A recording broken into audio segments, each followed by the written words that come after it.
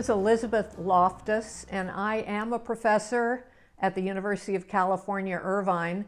I teach psychology and law, and I study human memory. And specifically, what I study is not what most people think of when they first hear the idea of memory. They first think that you're studying memory problems, people with Alzheimer's or people who have difficulty remembering names.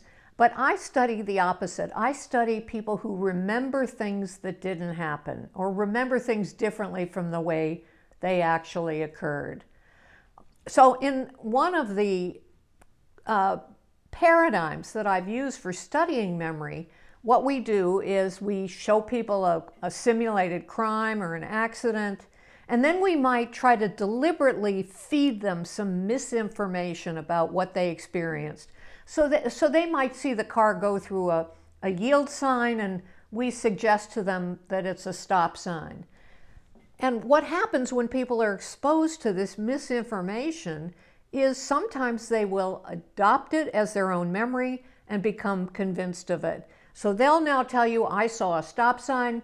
They might be confident about it and detailed about it, even though it's a distorted detail. Then what we did is to see just how far you can go with people. We tried to plant entirely false memories into the minds of people for things that didn't happen.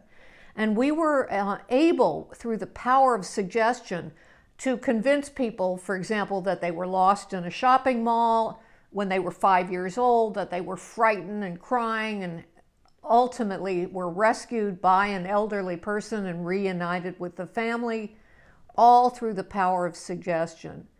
So what these studies showed, and not just studies done by me and my research collaborators, but many other scientists around the world, is that memory is malleable.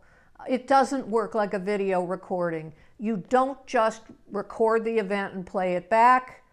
The process is much more complex. And the take-home message from all this is that just because somebody tells you something with a lot of detail and confidence and emotion, it doesn't mean that it really happened.